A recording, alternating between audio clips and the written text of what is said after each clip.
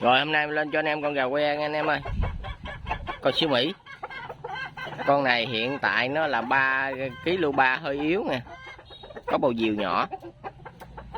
Lườn sâu ghim khít, khuôn xương lớn, tai tốt nha. Con này cán vuông. Đẹp nha. Con này giá 2 chấm bao ship các tỉnh cho anh em. Anh em nào thấy hợp nhãn thì lô cho mình. Gà tơ nha anh em ơi, lông đuôi đang ra.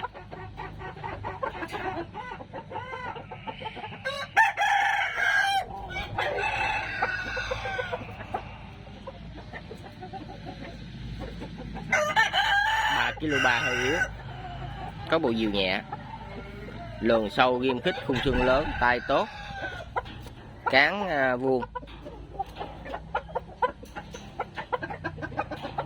Con này giá 2 chấm bao ship các tỉnh cho anh em. Anh em nào thấy hợp nhãn thì alo cho mình.